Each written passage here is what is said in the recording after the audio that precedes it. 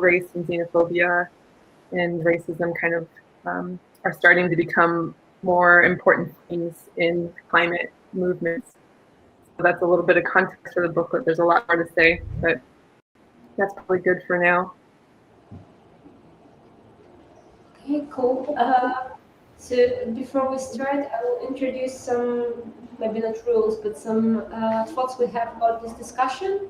And first thing that I wanted to say is that I'm sorry that I'm sitting back to you, but I can also see you there. So I think it would be easier to have this discussion in this way, although it's strange.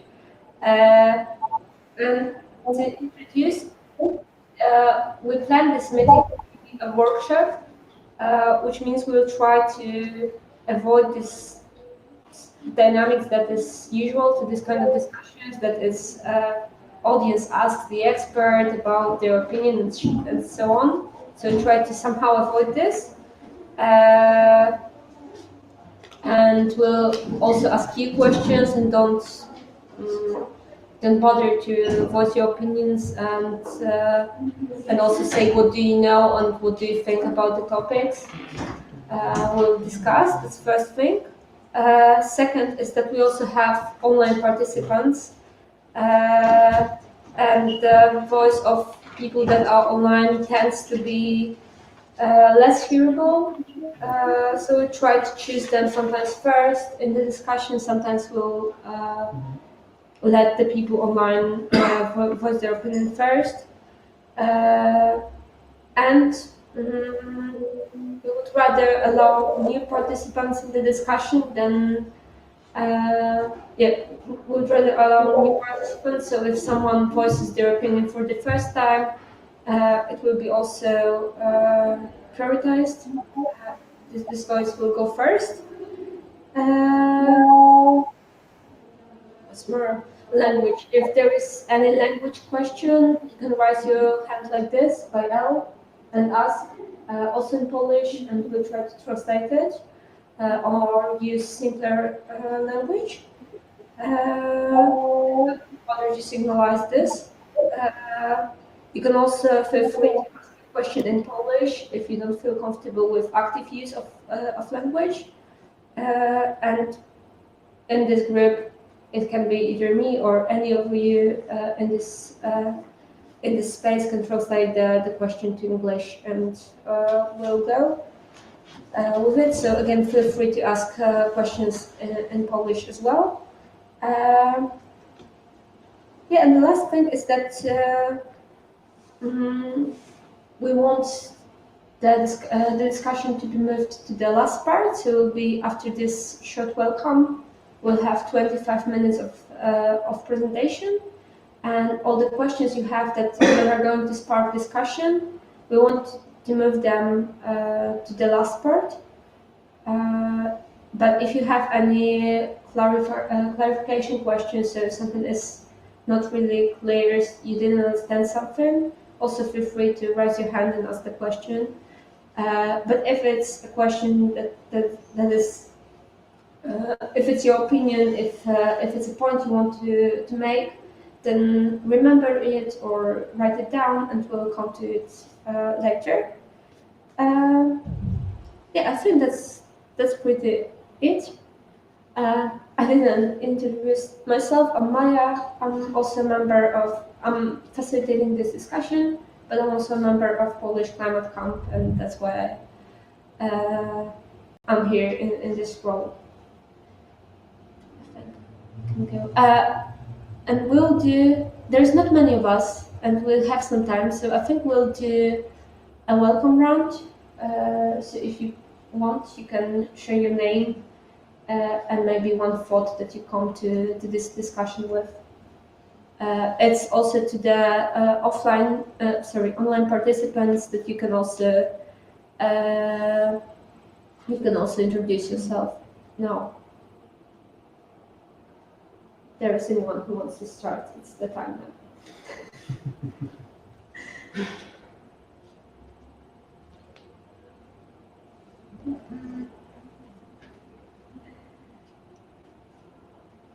And maybe short check, can people who are online write us in the chat if they hear us properly, if everything technically goes okay.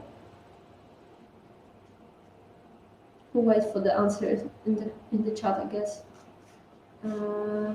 If you haven't used Jitsi before, the chat is in the left corner, and you can you can click there. And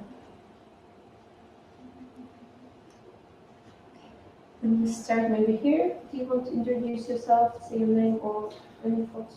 Yeah, okay, so I can start. I'm Peter from Central Poland, came from Łódź with Kasper. So we were just introduced with the topic, so we just came and thought that it's an interesting topic. Well, I'm personally interested how the far right works, how they are organizing themselves. So yeah, that's something that interests me, and so I came. Yeah. Yeah, so I'm Kasper, and I think that was a good introduction of us. I'm also interested in the far right thing. So my name is Jacob. Me and Anna, we came here from northern Poland, from the Tri-City area. And we're basically just like, it's our second day today, and we've just been introduced to the topic and to the discussion which is happening right now. So we are not really like, I mean, we don't have any forward preparation to discuss it right now, but we are just like interested in, in how the far right is working, how it conducts its propaganda. I've been like myself reading a bit and listening to certain YouTube bloggers talking about the rise of eco-fascism in the West, in the alt-right community. So yeah, I'm a bit familiar with the topic, but I'm here to learn more. And we hate fascism, so it's a thing, obviously. So it's worth learning about, I think. Yeah, we also participate in a couple of non-profit organizations for animal rights and also pro climate. So And the anti-hunting movement. yeah. Yeah, so there's that. Okay. So we're also welcoming people from. Thank you for this. We're also welcoming people who are in the chat. One person says that their microphone is not working. So Edgar, if you want to voice your opinion, you can write it in the chat, and I will read it out loud for everybody. Yeah. And I'm also writing this, and I will write to the other people. They didn't introduce themselves, but it's okay. And yeah, and we can start after this, I guess.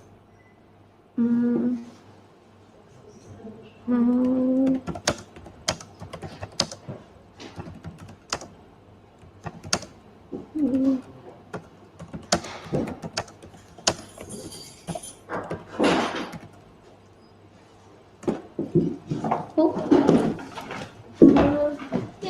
Yeah, I think that's it for the introduction part.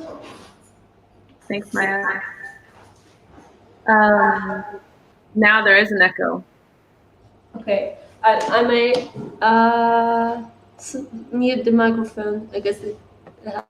Okay.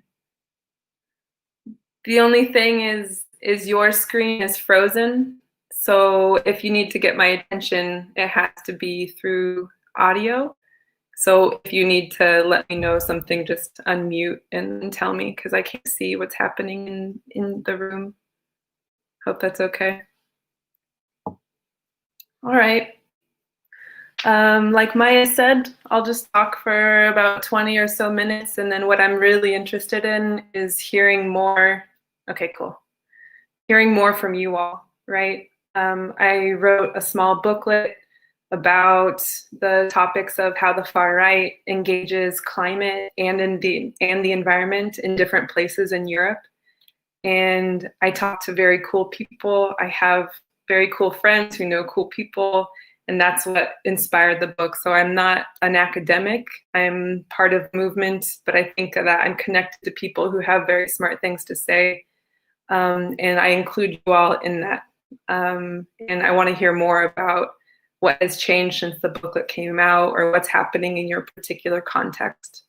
So I'm very excited to be in this online situation. I'm not super skilled at Jitsi, so we'll see how it goes. But thank you for introducing yourselves. I'm gonna put in the chat the link to the free booklet.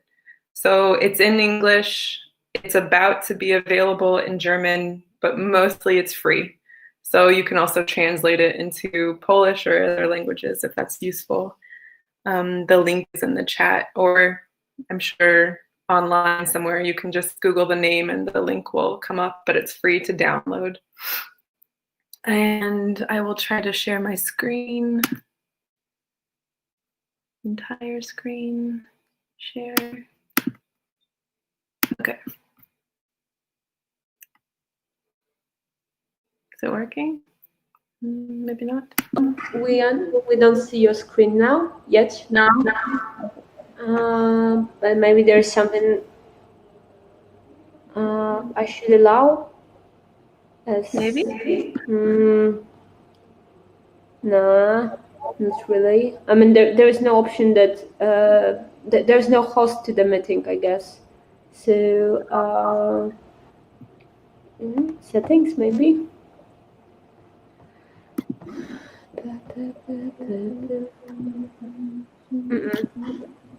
Enable prem meeting screen. Okay. Can you try once more, maybe?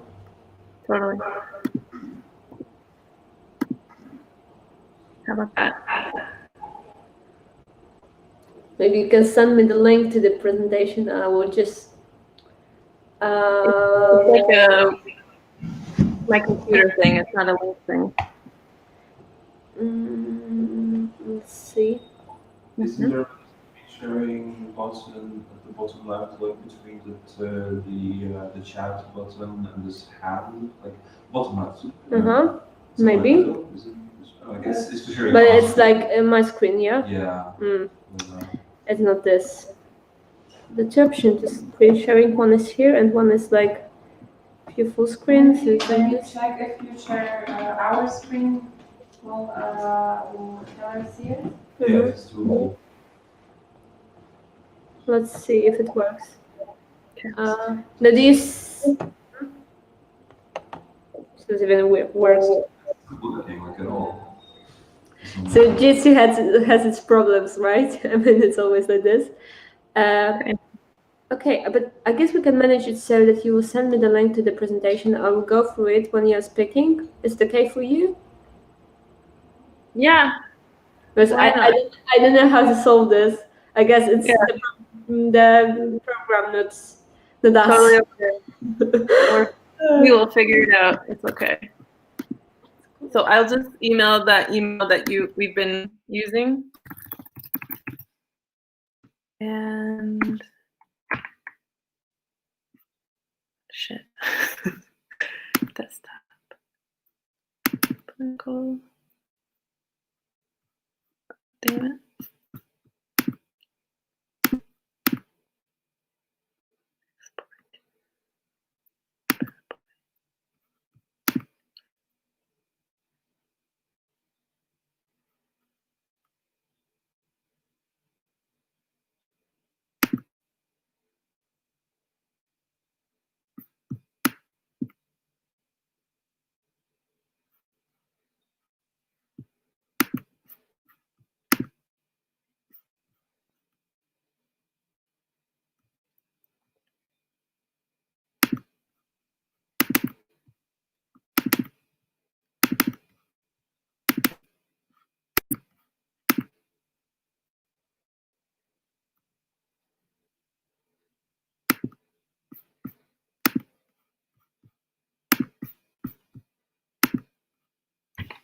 Okay, I sent it. Let me know if it works. The format might not be great.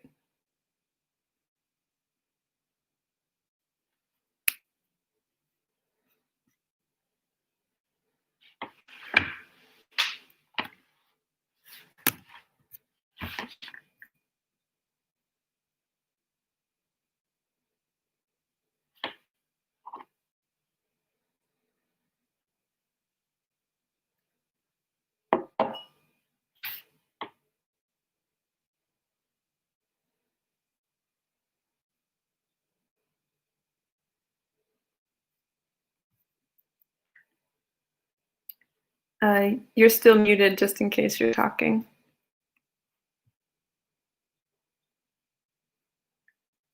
I'll have the presentation, although I don't know what to do with the format. So it doesn't. Okay, it's okay. Guess.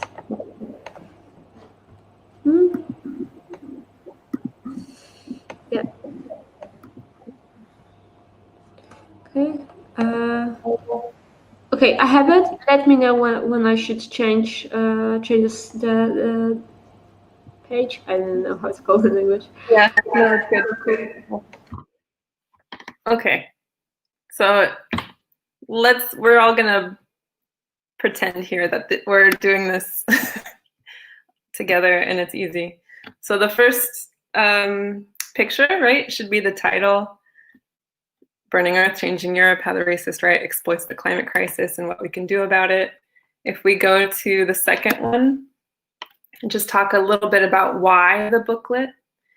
The first thing about why is there's a contradiction that the climate change, environmental crisis, like these are life and death struggles, right? And they're critically important. And at the same time, at least in my experience, many of the people I talk to, these crises are not so easy to navigate, not so easy to figure out how to bring more people in when we think about progressive organizing.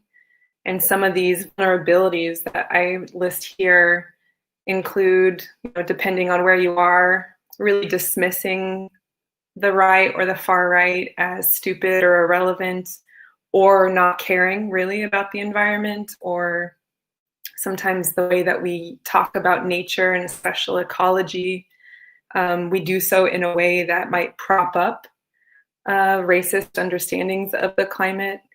And then also there's another vulnerability, which is short-term alliances that have very long-term impacts. And so we see that often, mostly around the environment and also at the local level. But these are real vulnerabilities that progressive organizing, people fighting for justice or just progressive issues, it's a challenge, particularly around climate and the environment.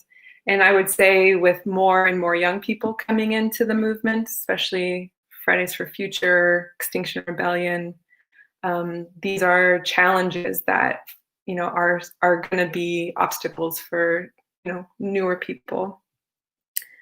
The next point is an increasingly authoritarian political landscape. And even in places where climate politics are widespread priorities, it's becoming so much of a factor that it's shifting what is politically possible. And like I say, that this makes real climate solutions even more difficult to enact. And then mostly this booklet is a chance, hopefully a tool, right? It's broken up into 3 sections. It's hopefully quite easy to read with a group, and there's questions at the end of each section oriented towards like group discussion and building with other groups. But it's mostly around how does the climate or environmental movement, right, who might not yet understand how racial justice is a part of that or anti-fascism is necessary, but how can we get more skilled, more able to center those who are most impacted, and then neutralizing hijack attempts from the right. So those are kind of some of the pieces about why the booklet. And if you go to the third slide, the booklet talks about many things. I think some of the most important things that we could talk about here are 3 things that every climate activist needs to know. If you're online and you saw the link, you can go to page 11 where it starts to talk about this. But the first one is that climate change is not an inherently progressive issue. And especially in Western countries, this might be a newer concept. And there's a learning curve here around, especially for younger people, where we've grown up in a political environment where climate, the environment, is generally considered a left issue or a progressive issue. And that's not always the case, as you all know. And if we take that for granted, right? If there's countries, if there's movements that take that for granted, we will be underprepared to be able to shift our tactics, our strategies to keep climate or to move climate to a progressive or a left issue, fingers crossed. And some of the pieces about why that is, it goes to the second point, even though it says number 1 still, is how you think and talk about climate change may prop up racist right-wing positions.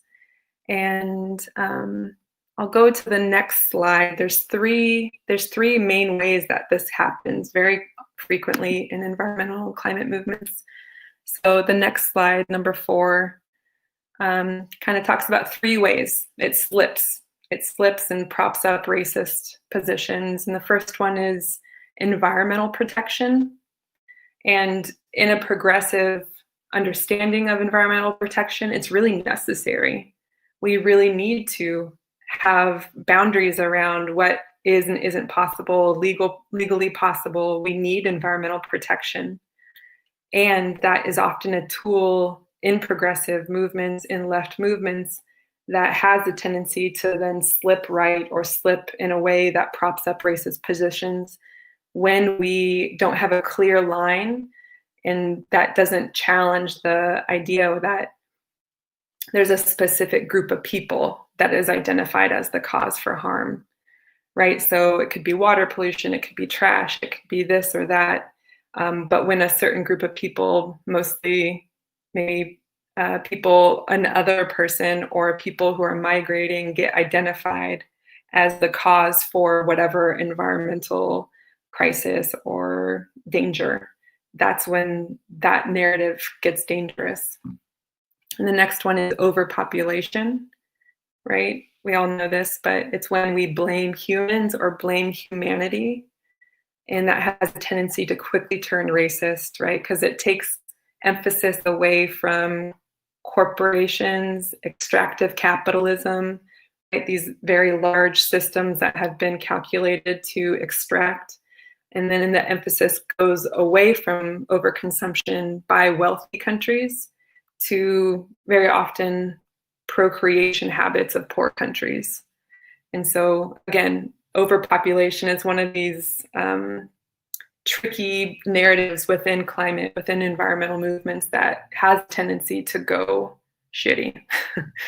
And then the last one is that like anti-elitism, anti-corporations, which again, in a left and progressive understanding, we very much need to apply pressure to coal companies, to gasoline companies, to fracking companies, point out their hypocrisy and their profit over people, absolutely.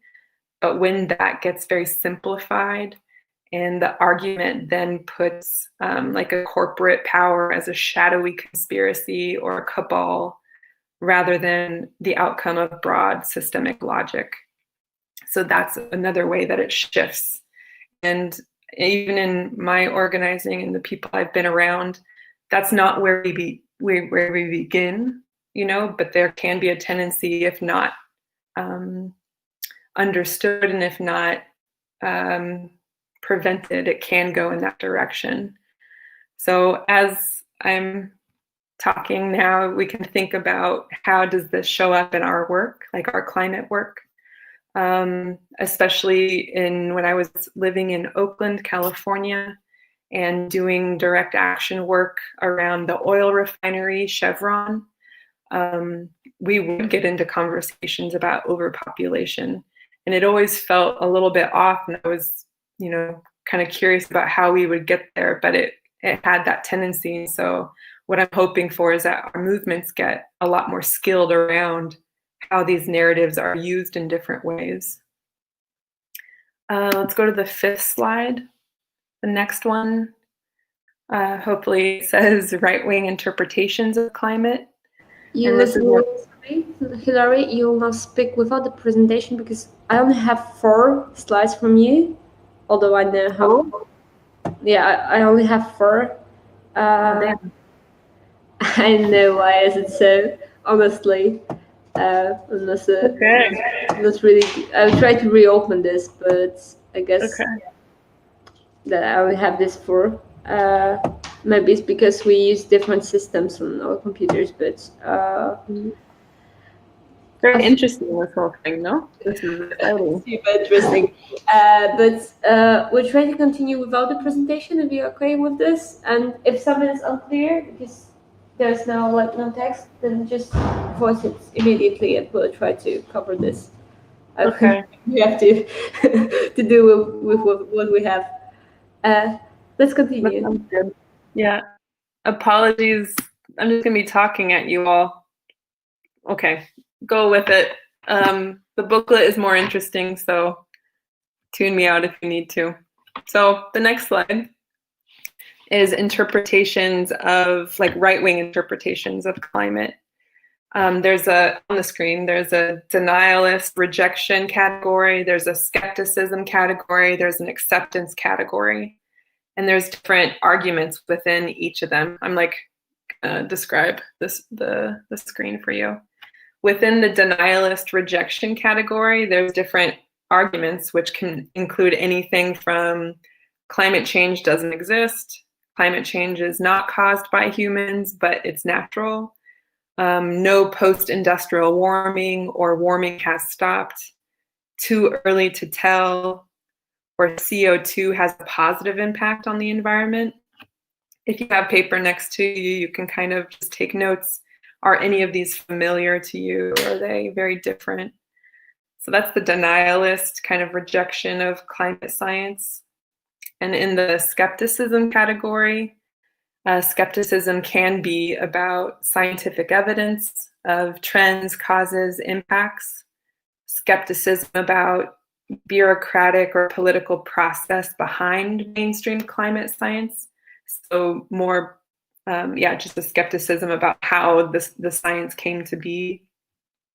And then also skepticism about public and private responses to climate issues.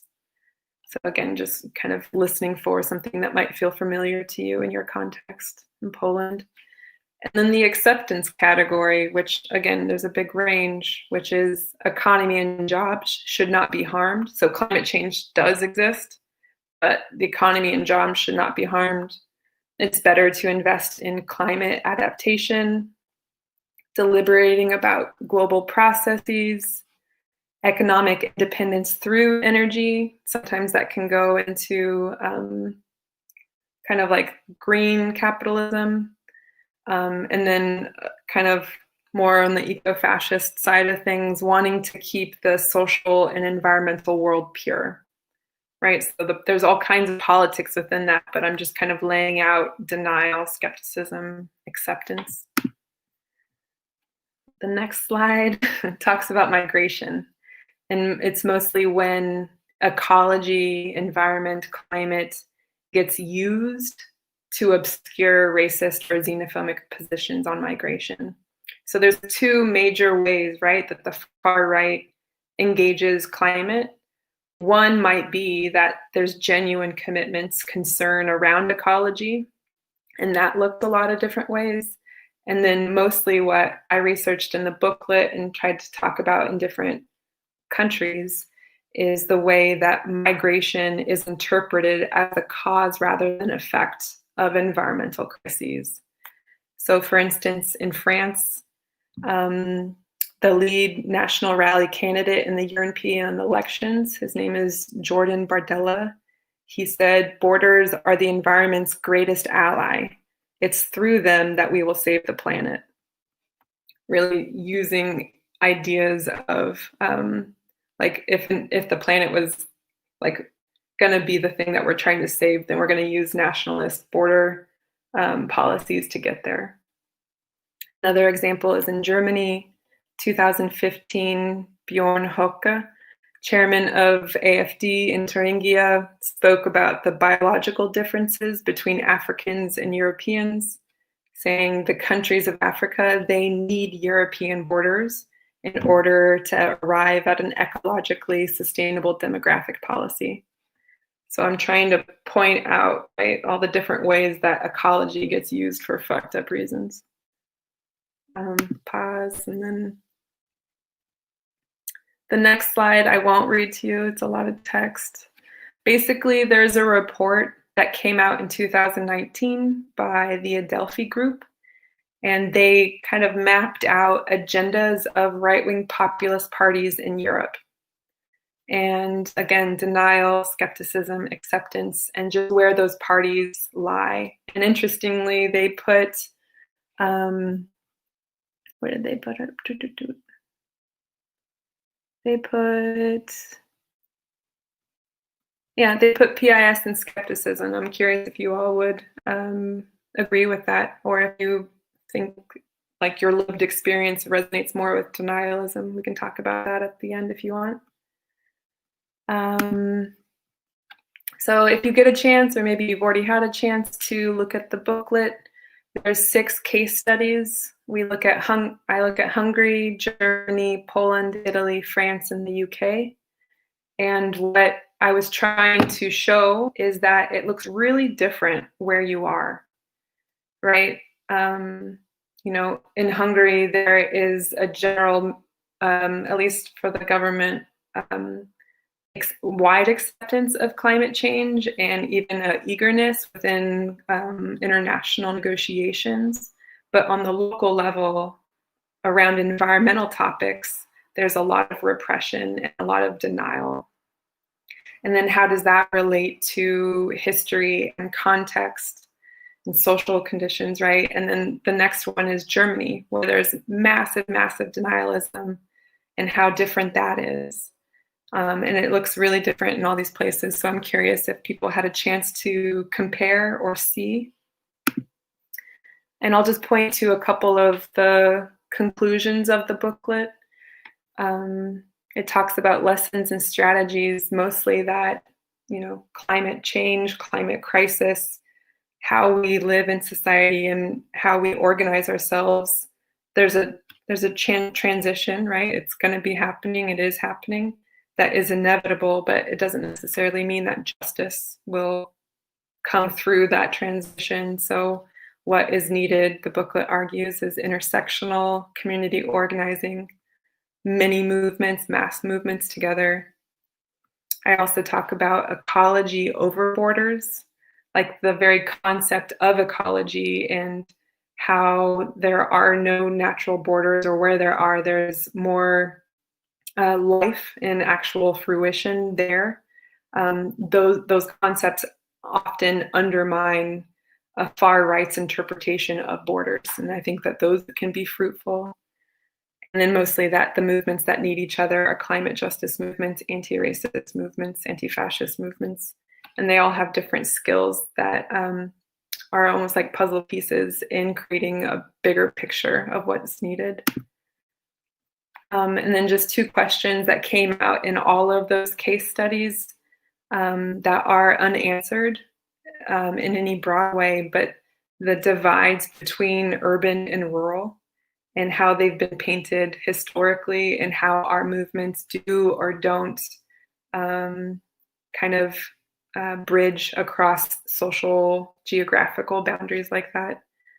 And then the last question is, you know, there's some narratives that are used both on the left and the right, but they lead to very different worlds and a desire for worlds. So like a kind of populism, or even like that anti-corporate stance that I was talking about earlier. And some people argue that we should abandon those narratives. They're too dangerous to get kind of close to how arguments are being made by far-right groups. And I'm putting out there that we need to get more skilled with them and know where they get dangerous and know where we can and shouldn't use them. And so I'll maybe cut and paste. No, I can't. Damn it. The questions I have for you all, I'll just say them and then we can talk together. Is how do you see these topics in your context in Poland? What, if anything, has changed about how far-right groups talk about climate, especially since COVID? And if anybody did read the different cases in the booklet, what feels important for climate movements in different places to connect around? What feels like unifying or like to build a broader movement? So those are my questions for you all. Maya, will you help transition the talk? So I am unmuted as a group, but before we start, maybe is there any clarification question you have? There's something that you want to ask? Okay, if not, we'll probably come to this question. I will say them again. How do you see this topic that Hilary was talking about in the last 25 minutes? And do you see any changes in last 2 months? We can start the discussion and see if there is any voices. Oh, yeah, thank you for this. And there's first voice from Edgar, who wrote that they think that the majority of neo-fascists in Poland are Danielists, but there are some small groups fascinated with ecofascism. Maybe you want to say something more about this small groups? Do you have any? Maybe we can open this up a little bit more, Edgar.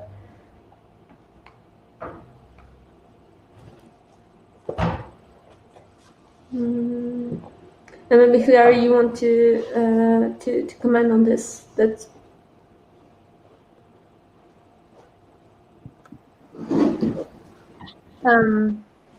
I mean, I can't I don't live in Poland. I don't know the particulars. I hope that Edgar is writing more in what they know. What I do know, at least, is that while ecofascism is not a widely popular way of, like, it's not everywhere, but what is happening is that it's playing on more central topics that are already circulating in society. And I think that, for instance, like it's echoey, sorry. That there are just a few of them, ecofascists. Well, I would love to hear more about that. Sorry, the echo is really strong when I talk. Any comments on this from people here, maybe? About the Hilary questions or? Yeah, Hilary questions or any question you want to ask, sure.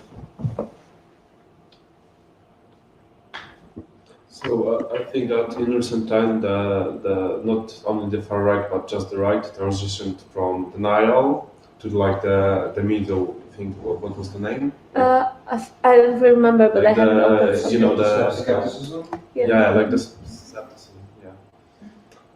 So they now they're not denying the climate change. That they're just like accepting.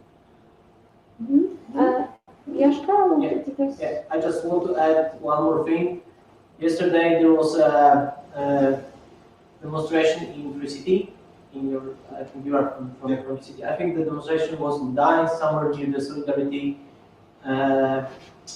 monument, and there were a lot of neo-Nazis from different countries like Greece or Italy, and there are some photos, and they have a clear statement that fight climate change, not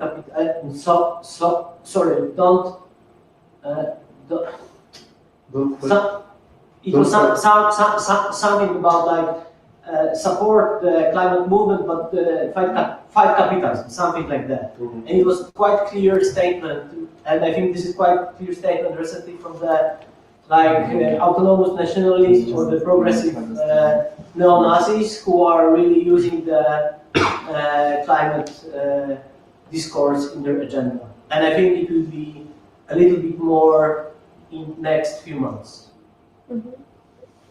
Yeah, there's also a voice that supports this from Edgar that what the nationalists do is that they take left-wing ecology they take radical green aesthetics and then they focus on blaming immigrants. And I think that it might also sum up. So it's like the same thing with the critic of the capitalism.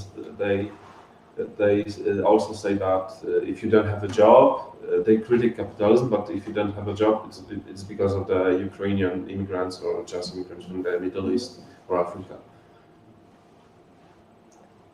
May I add something? Yeah, I think there's also room for acceptance in right-wing politics in Poland, as it's usually stated that, for example, with mining, because Poland produces a lot of coal, and there is this rhetoric in politics stating that this is our ancestry and this is our pride, and you people cannot say bad things about miners because they're hardworking, good people, unlike you, and so on. So they even if they accept that mining is not good for the climate, they put this small union of workers up front. Instead of thinking of how to get rid of this industry as fast as possible and transition these people into some other jobs. If I can comment on this, I think it's this kind of right-wing acceptance that comes with jobs and no harm to the economy. Mm-hmm. So we can't change anything of this. Anything of the status quo because it will harm economy. But it's also really hard question sometimes because there are some areas in Poland in which I think there's no chance for just transition. Like, for example, Turów Bogatynia area, there's a lignite mining there, and there's probably no chance for just transition there. People will lose their job, they will really lose what they have. And yeah, that's it. So, yeah, but of course, nobody says that we should close the mines this very day, right? Like, it's of course it can take time, but I don't know. For example, transitioning mining universities into some other technological universities where they'll be able to learn about renewable energy sources and so on, and just not to create more need for this kind of posts, especially that mining industry does not bring any money anymore. It's costing us more and more because Polish coal is more expensive, and we buy it from Russia, for example, because nobody can afford buying Polish coal here. Do you want to add something now, Hilary? One thing that it's super echoey, sorry. I will mute us. Okay, thank you. A friend of mine, right after COVID, kind of sent me an email updating what his interpretation of what was happening in Poland. And the Ministry of Education, maybe you all know or saw, started to make educational materials or educational videos. And he sent me this YouTube video. It's in Polish, so I can't understand it, but he described how the Ministry of Education kind of shifted, right, from like denialist or skepticism, what you all are talking about, into at least a public acceptance of climate change, but in a very particular way around like the positive impacts of climate change, and mostly how it was beneficial for farmers and beneficial for coal. And so it had kind of nothing to do with what we know to be real climate solutions. But I'm curious if anybody has seen that video or saw those videos and what that did or didn't do around COVID. Those videos were made particular around the fact that most things were shut down and they were putting out, educational materials. Did that have an impact in how climate is being talked about, or did you all see that? I'm curious.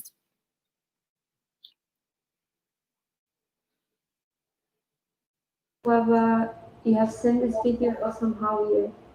Okay. Some people see here, not the heads that because I don't know if you still don't see us. So, how do you have any thoughts on this, on climate education and how it changes? I think it's difficult to say if you are not in the school anymore. This is the first point, especially in this like basic education, like primary school and so on. So I don't know exactly the program which is there. Like this short film was widely discussed in Poland. I think it's not something which was like it wasn't seen by the people. It was like widely discussed in the media. I was thinking like with this topic of the book and what you said exactly, that the fact that like we have this issue that the Polish coal is like more expensive now, and like extracting it's much more expensive than like buying it outside. This is one of the gates to like to open this nationalism discourse, because this is what is actually happening now. And I think that the second was like my thought that like we have like two different ways on the right wing. Like the first is connected, like on the first thing is that what the government and especially the government, because the other players don't have like accessibility for the international like be visible. But what the government is saying here in Poland and what discourse they use outside, I think it's sometimes a little bit different. And not only in this topic, but also on the other like progressive fights that happening in Poland. So those are like two different, and they use it like different language, especially because we are the members of the European Union. And the second thing is that like, in one hand, like we are thinking about the like acceptation as a position of the Polish ruling party, and maybe some progressive moves on the like more radical progressive right wing. I cannot say that. Like I like it's hard for me to like think about this movement as a like progressive, but let's call it like that. So the one really key player in Poland is also Catholic Church. So it's a lot of things around like how to be supported by, and maybe those small right-wing movements, they don't have to deal so much. I mean like the really small, like autonomous nationalists or like really small organization, because the bigger, maybe they are already fighting for the church attention and like support of the Catholic Church, especially because the Polish Catholic Church is also like a little bit divided. It's like really, we have this really radical organization, I would say, kind of sect, and then we have also like the official Catholic Church, which is like also like really like nationalists, and this is interesting because we have the single persons on the right side of the political scene, especially from the government party, that maybe they express the acceptance for the climate changes, but then you also have this like really people who are addressing, and they are like denied denying the issue of the climate change, and I think it's mostly because of the, in one hand, of the influence of the Catholic Church and this bullshit about like making the land for the people. I don't know how to translate it from the Bible. This is the slogan that they use. And in the second hand, maybe they are making it for the politic benefit to be like supported as individuals, but also as a like kind of fraction by the Catholic Church. And this is happening now. If I could comment on this, I think if you already started to talk on Catholics, I wonder what do you think about Hołownia? Because for me, it's this exact case that we have right-wing politician that is really raising climate issues. Yeah. And I really, and I think most of the things that we have in this booklet, they apply to Hołownia case. So I wonder if you have any comments on this as a group, and then. It's not that much right. Yeah, but it's exactly this case. Yeah, it's not that much right wing. It's enough not right wing. It's enough progressive to use our rhetoric, and then change it for what he needs actually. For me, it's like super slippery. Yeah, it is. I'm really sorry, but I have to go. Thank you. We'll end in a few minutes. And there was a comment from Edgar that in primary school there are some topics about ecology, but it's not enough about climate change. Usually topics are what individual can do to save the environment, segregation, rubbish, and so on, and nothing more. And if I may add, because I've been in school not so long ago, I think that there is a lot of pressure on accepting nuclear energy. Like if you have pluses and minuses of different sources of energy, then when it comes to the nuclear energy, only pluses are discussed usually. It was super strange to see that once. And I was in secondary school by this, and it was super strange.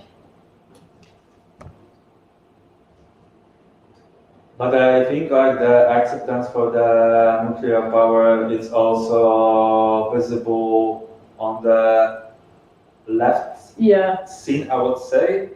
And I have this example of one of the like kind of groups that I am. It's kind of anarchistic group on the Facebook. And they published this last days, like the voting list, if people are agree with the nuclear power or not, and mostly people are vote agreeing. for. Yeah. I think there's a topic we should really start caring about, because most of the left wing in Poland is like super for nuclear energy, and if you're against it, you're anti-science, blah blah blah, and it's something. It's a burning issue, I guess, to identify problems in Poland. Hilary, we don't hear you now. I guess you're muted. If you were saying anything, I was just taking. I feel like I don't know if I'm lying here. Do you have any more? Because it's probably the time and we had an hour planned for this meeting. But do you have any more questions, any more comments on this topic or on the discussion, the meeting itself?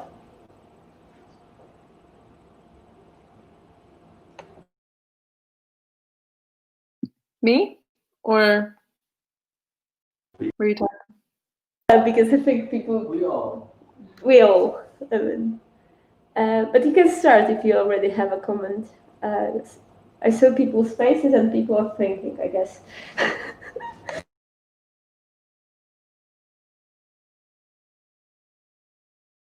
Okay, there is a question from Kuba. So my question is, because your book has already a few months now, and what was the response, and maybe from the people who already read the book, because it's quite well written and with interesting tips. And so, what was the reception of the book? That's the first question, and the second is that maybe, is there anything that you haven't written but you already know? Like you already got the information from different people, and maybe something that really was quite astonishing that you could add in, like you think that I forgot about it, and I would really love to add it when, like, I don't know, in the next version of the book or something like that. So the first is reception, and the second is something that astonished you, like after the reception. Thank you. I hear voices that are familiar to me. I can't see anybody, but I'm excited to hear voices that are familiar. In terms of reception, when you put a piece of writing out during a pandemic that has never happened before, it's kind of like, it kind of like drifted off into the wind. Most of the feedback I've gotten or people's interest generally lie around eco-fascism. Reasonably so. There's been a handful, at least in my experience, of more horrific events in the name of eco-fascism that is entirely chilling and scary. And so that, for a moment, people really wanted to talk about that. And it's one part of the booklet, the first part, that's talking about different ways that the far right engages around ecology. And I think it's very important to understand. And I think it's very important that there's different histories as to why people find that interpretation of the ecological world. In my experience and what I've found, which is probably quite limited, it's not so prolific of an idea, but how quickly it attaches on to mainstream ideas and how it can pull in a certain direction. That is what's scary. So again, most people wanted to talk about eco-fascism. And I think that that is important. And there's all these different steps. There's all these different kinds of engagement that I want more climate movements, more climate justice movements to know about, so that it's not only the eco-fascist shooting that then brings attention to how, this is being used and leveraged. I think if I ever got to write an updated version or a second version, I would want to add more on the topic that kind of is talked about at the very end around short-term alliances, or the question, the paradox around, do we, whoever that is, people generally concerned about climate, if you are in a progressive or a left position, just the nuance of local environmental fights and more national or international climate fights. And then where are we making alliances? Is it very important to pass this law around pollution, and then who's in the coalition around that issue? How do we make lines or alliances based on our long-term politics as well? So I think I would want to do another section that got a little bit more deep around, where has that been done that's been okay, and where does that lead us to, supporting a worldview or a kind of way of being that actually undermines this short-term policy that we might be working for. So I think it gets tricky in there, but historically, I would at least argue it's very important about who and how we make coalitions, especially around environment, because it can go in multiple directions very quickly. Does that answer your question, Kuba?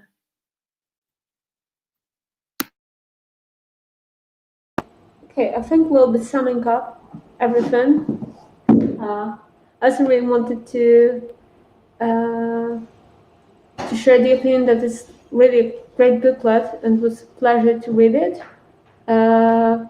It also gave me, as a member of Climate Camp in Poland, another possibility to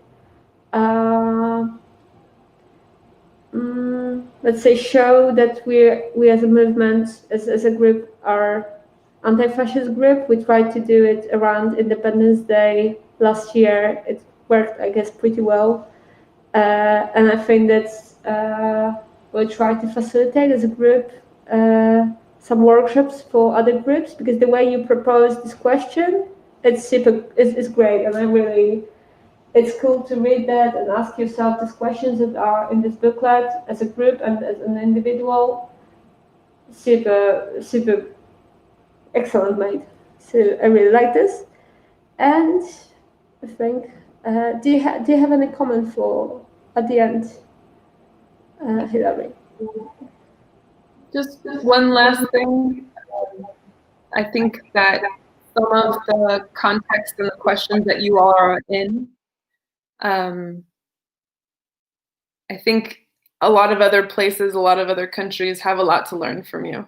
And I'm still learning a lot, but I think that, yeah, a lot of the conditions and then the creative alternatives and other ways of going about organizing, especially around climate, in an anti-fascist way, in an anti-racist way. I don't know. I think if I ever were to write another booklet, I would want to spend a lot more time in Poland, a lot more time with climate activists in your context to hopefully like turn up the lessons or turn up what you all are doing so that other movements, other places have a lot to learn, I think, in my opinion. So thank you. Thanks for sharing that story. Thank you, and thanks for this meeting. And any last words? No. Yeah, no, that you don't see us, but there was no voices, no raising hand. Edgar is saying it's very important publication, and I do agree. I think that's it. Thank you. Thank you. And see you. So it's let's clap, but I think that it can do this because it doesn't have microphone. So the meeting is available, will be available on YouTube. I guess it will be translated, yes? Yeah. Yeah, so if you want to spread the information and give it to other people, then there will be possibility to see the whole meeting. Also, the booklet is available on the internet. It's called Burning Earth, Changing Europe. It's also in the Facebook event of this meeting. You have a link for this. And yeah, spread the word. Cool. Thank you. Thank you. Bye. Bye, Larry. Bye. Bye. Bye.